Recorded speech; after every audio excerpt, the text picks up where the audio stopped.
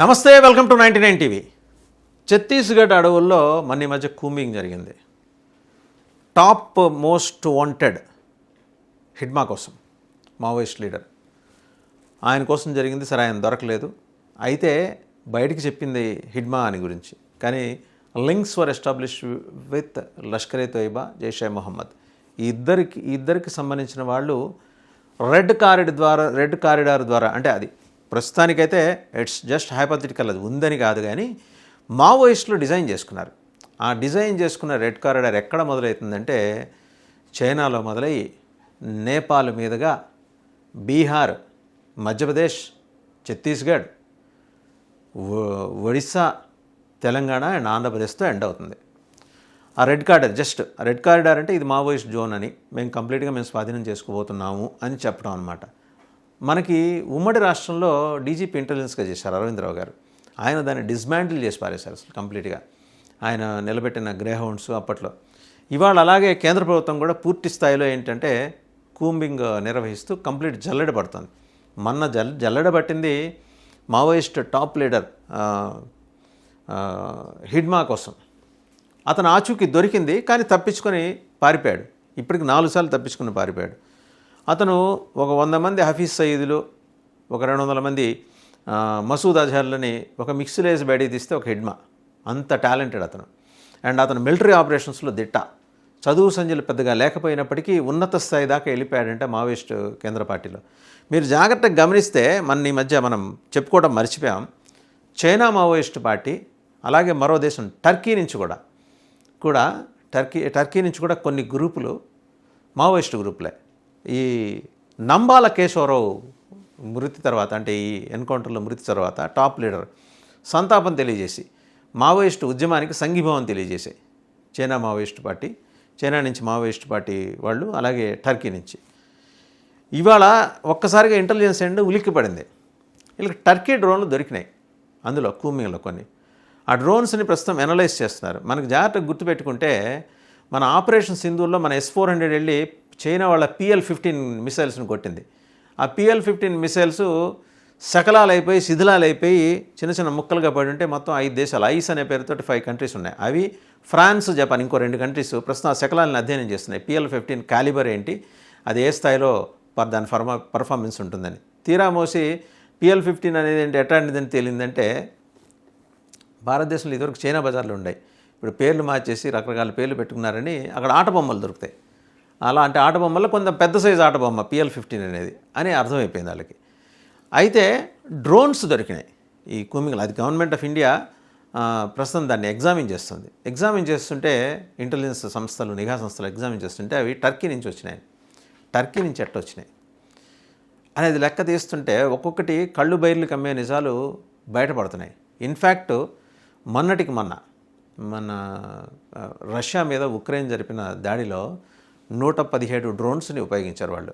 ఎలా ట్రక్కుల్లో వాళ్ళు రష్యాలోని ఒక సిటీ నుంచి మొత్తం 4 ఎయిర్ బేస్ల దగ్గరికి ట్రక్కుల్లో ఈ వుడెన్ ఫ్రేమ్డ్ హౌసెస్ని పంపిస్తుంటారు. అంటే మేక్ షిఫ్ట్ అనమాట, టెంపరీగా పెట్టుకోవచ్చు.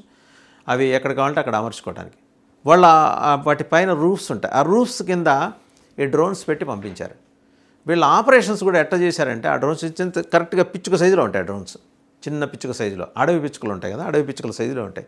ఆ డ్రోన్స్ని పెట్టి పంపిస్తే అవి రాడార్కి చిక్కల. అలాంటి డ్రోన్సే ఇక్కడ కూడా దొరికినాయి. సేమ్ యాజ్ ఇట్ ఈజ్ ఈ ఛత్తీస్గఢ్ అడవుల్లో కూడా దొరికినాయి. బట్ మేడ్ ఇన్ టర్కీ అనేది దాని మీద స్పష్టంగా ఎస్టాబ్లిష్ అయింది. మేడ్ ఇన్ టర్కీ ఏంటి, తుర్కీ నుంచి ఎందుకు వచ్చినాయి మనకి ఇక్కడికి, ఇక్కడ దాకా ఎలా ట్రావెల్ చేసినాయి అనేది చూస్తే అది ఇజ్రాయిల్ ఫార్ములాతోటి టర్కీలో తయారు చేసుకుంది. అంటే మనకు కొంచెం ముందుకెళ్ళాలి ఒకసారి. హెజ్బుల్లా ఆపరేటివ్స్ మీద ఇజ్రాయెల్ అప్పట్లో పేజర్స్తో దాడి చేసింది. పేజర్స్లో వాడిన ఎక్స్ప్లోజివ్స్ని, పేజర్ కరెక్ట్గా ఒక అగ్గిపెట్ట సైజులో సరిపోయే పేజర్స్ తోటి హిజ్బుల్లా ఆపరేటివ్స్ మీద లెబనాన్లో దాడి చేస్తే బెత్తరపోయింది లెబనాన్. అదే మోడల్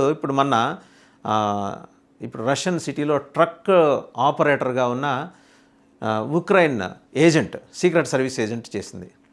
దాదాపు 7.5 అదే పనిలో ఉన్నాడు. అతని భార్య టాటూ ఆర్టిస్ట్. ఒంటి మీద పేర్లు చెక్కటం, బొమ్మలు వేయించుకోవటం, ఎవరికైనా ఇంట్రెస్ట్ ఉంటే ఆవిడని సంప్రదించవచ్చు అనమాట రష్యాలో. ఇప్పుడు ఆ మొగుడు పిల్లలిద్దరూ వారం రోజుల నుంచి కనిపించట్లేదు, వాళ్ళ కోసం వేట మొదలెట్టింది. బహుశా ఇప్పటికి ఉక్రెయిన్కి పారిపోయి ఉంటారు. ఇప్పుడు ఉక్రెయిన్ ఉపయోగించిన డ్రోన్స్కి ఛత్తీస్గఢ్ మన హిడ్మా కోసం, మావోయిస్ట్ హిడ్మా కోసం జరిపాము కూంబింగ్ అని, భార్యతను కూంబింగ్ జరిపామని చెబుతున్న భారత ప్రభుత్వ సాయుధ బలగాలకి దొరికిన డ్రోన్లకి ఒక చిన్న కంపారిజన్ ఉంది.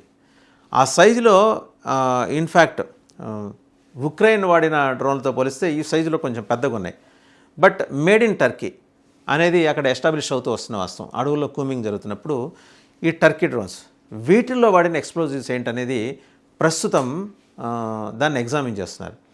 అండ్ లష్కరే తోయిబా, హిజ్బుల్ ముజాహిదీన్ అండ్ ఇంకొకటి లష్కరే తోయిబా, హిజ్బుల్ ముజాహిదీన్, జైషే మహమ్మద్, ఈ 3 సంస్థలకి సంబంధించిన ఆపరేటర్స్ కూడా మన ఈ కూమింగ్లో చనిపోయారు. కానీ ఎవరు క్లెయిమ్ చేసుకోవట్లే ఆ బాడీస్ని. ఇప్పుడు నంబాల కేశవరావు బాడీ కోసం, తర్వాత చనిపోయిన ఇతర మావోయిస్టుల బాడీ కోసం క్లెయిమ్స్ వస్తున్నాయి. అయితే క్లెయిమ్స్ వాళ్ళ మృతదేహాల్ని ప్రభుత్వం వాళ్ళకి అప్పగజెప్పలేదని వాళ్ళు బాధపడుతున్నారు. కానీ లెఫ్ట్ ఓవర్ బాడీస్ ఉన్నాయి. ఆ లెఫ్ట్ ఓవర్ బాడీస్లో కొన్ని టర్కీ ఇన్ఫ్లుయెన్స్లో పనిచేసిన ఎక్స్ట్రీమిస్ట్ గ్రూపులు, టర్కీ ఇన్ఫ్లుయెన్స్లో పనిచేసిన ఎక్స్ట్రీమిస్ట్ గ్రూపులు, అలాగే జైషే మొహమ్మద్ అండ్ లష్కరే తోయిబా గ్రూపులు, వీళ్ళకి చెందిన వాళ్ళు కూడా ఈరోజు మన్నీ మధ్య జరిగిన ఆ కూమింగ్ ఆపరేషన్లో నిఘా వర్గాలకి మనకి దొరికిన సందర్భాన్ని ఇక్కడ గమనించాలి. వాళ్ళ బాడీస్ క్లెయిమ్ చేసుకోవడానికి ఎవరు ముందుకు రాలేదు. ఎందుకంటే వాళ్ళు they are not natives of భారత్లో పుట్టి పెరిగిన వాళ్ళు కాదు, దిగుమతి అయ్యారు. వాళ్ళ దగ్గరే, అంటే వాళ్ళ మృతదేహాల దగ్గరే ఈ టర్కీ డ్రోన్లు కూడా బయటపడ్డాయి. ఈ బయటపడిన తర్వాత వాటిని ఎగ్జామిన్ చేయడం కోసం అని చెప్పేసి నిఘా వర్గాలు తీసుకెళ్ళినాయి. బాడీస్ క్లెయిమ్ కోసం ఎవరు ముందుకు రాలేదు. వచ్చిన వాళ్ళకు కూడా వీళ్ళు బాడీస్ అప్పచెప్పలేదు. అప్పటికే ఖననం అయిపోయింది. ఇంక there is another version, Nambala కేశవరావుని ముందరే కాల్చి చంపి తీసుకొచ్చి అక్కడ పడేశారండి. సరే, that's a different story. But ఇక్కడికి వచ్చేప్పటికి టర్కీ డ్రోన్లు అనేది కొంత కలకలం పుట్టిస్తున్నది. అండ్ అలాగే మృతదేహాలకు సంబంధించిన పూర్తి స్థాయి ఇమేజెస్, ఫోటోలన్నీ కూడా తీసి ఎగ్జామిన్ చేస్తున్నారు. వాళ్ళ ఆరిజిన్ ఏంటి, ఎక్కడి నుంచి వచ్చారు, ఎలా చొరబడ్డారు ఈ రెడ్ కారిడార్లో అనేది వివరాలన్నీ కూడా shortly we may come to no.